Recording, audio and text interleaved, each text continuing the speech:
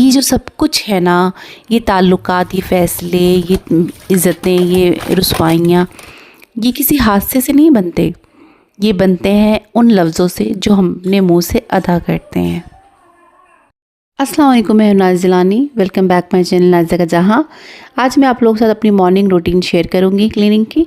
तो प्लीज़ आप full vlog देखिएगा, कहीं मत जाइएगा, मेरे साथ बने रहिएगा और वॉच करिए। ओफ, घर से बच्चे और हस्बैंड के बाहर जाते ही घर इतनी बुरी तरह मैस होता है ना कि सबसे पहला काम होता है उससे साफ़ करना, क्लीन करना। तो मेरी मॉर्निंग रूटीन सबसे पहले यही होती है कि मैं अपनी किचन को क्लीन करती हूँ, स्टोव क्लीन करती हूँ, रैक क्लीन करती हूँ, साथ ही जो बर्तन होते हैं मैं उसे भी क्लीन करके हाथों हाथ रख देती हूँ। तो मैं कह रही थी कि हमारे जो चुने हुए लफ्ज़ होते हैं ना, हमारी ज़िंदगी को एक अक्स देते हैं।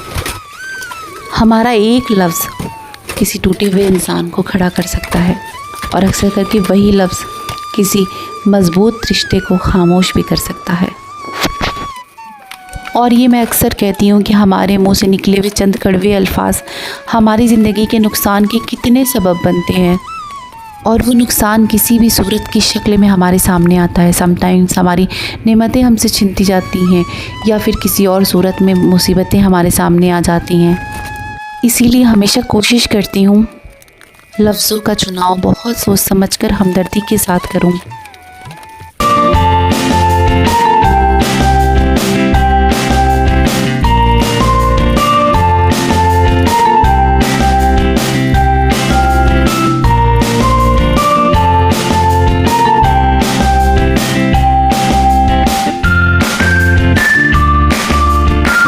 यहाँ मेरे किचन का काम ऑलमोस्ट डन हो गया था, तो मैं किचन से फारिग होकर रूम की तरफ आ गई थी। यहाँ मेरे रूम का हाल देखिए किस बुरी तरह से फैला पड़ा है। और मैंने कुछ कपड़े क्लटर किए, कपड़े निकाले, देने वाले अलग किए, फेंकने वाले अलग किए, और कुछ कपड़े जो मैं डेली पहनती हूँ या मेरे बच्चों के, उसे मैंने अलमारियों में सेट किए हैं। और आप लोग भी बताइएगा आप लोग अपना घर का काम कैसे करते हो, क्योंकि मैं जिस दिन इस तरह के काम करती हूँ ना तो बहुत ही एंजाइटी होने लगती है मुझे, मेरे सर में दर्द होने लग जाता है कि मैं इन सारी चीज़ों को कैसे समेटूँगी। खैर, हो जाता है।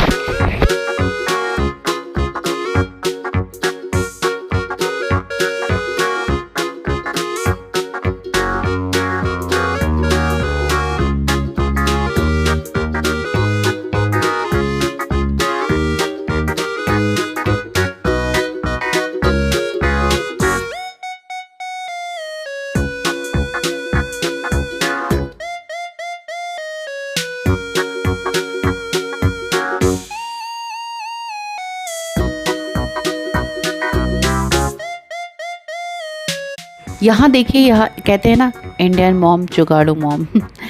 यहाँ मैंने कुछ पर्पल से शायद कुछ मंगाया होगा, तो उसका जो कार्डबोर्ड था मैंने उसे फेंका नहीं, उसे एक अपना बच्चे की बास्केट बना ली कि छोटे कपड़े अक्सर मिल जाते हैं, तो मैंने उस बास्केट में सेपरेट करके छोटे कपड़े डाल दिए। बाकी के कपड़े जो मुझे यूज़ नहीं करने होते और चादरें हैं, पिलो कवर्स हैं, तो वो मैं बेड में डाल देती हूँ।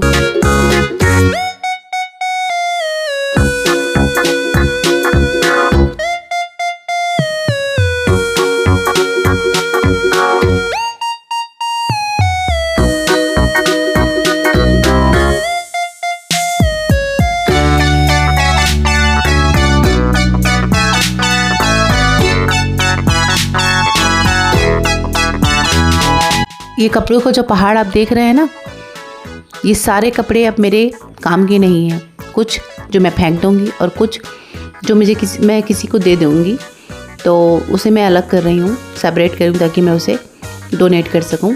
यहाँ पर मैं जो मेरे बच्चे की ठंड वाले कपड़े थे, जैकेट थे, नहीं बिल्कुल नई थे, 2 से 4 बार ही पहने थे, और लेकिन क्योंकि ठंड के कपड़े जानते हैं जल्दी से छोटे हो जाते हैं तो फिर उन्हें हटाना पड़ता है, तो वो सारे मैं समेट रही थी।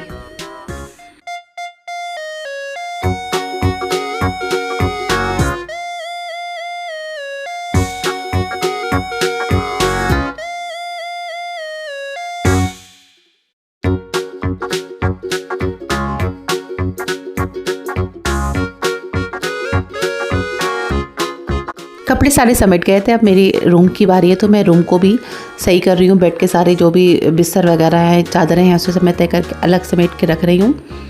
और मैं अपने रूम को भी अब क्लीन करूँगी।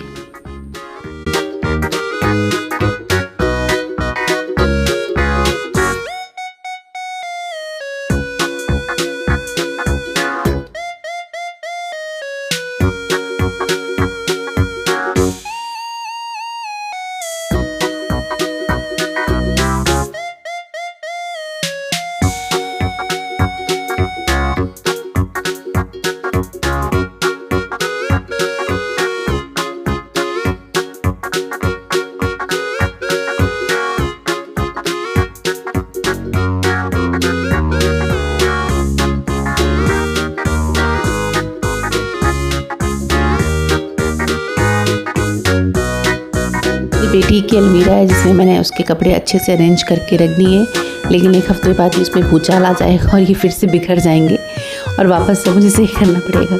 लेकिन खैर ये तो लाइफ का एक पार्ट है। और यहाँ पर मैं दिखा रही हूँ, देखिए जो ये मैंने बास्केट का जुगाड़ से बनाया था अपनी बेटी के लिए, उसमें हमने उसके छोटे छोटे जितने भी कपड़े हैं सब मैंने अरेंज कर दिए हैं।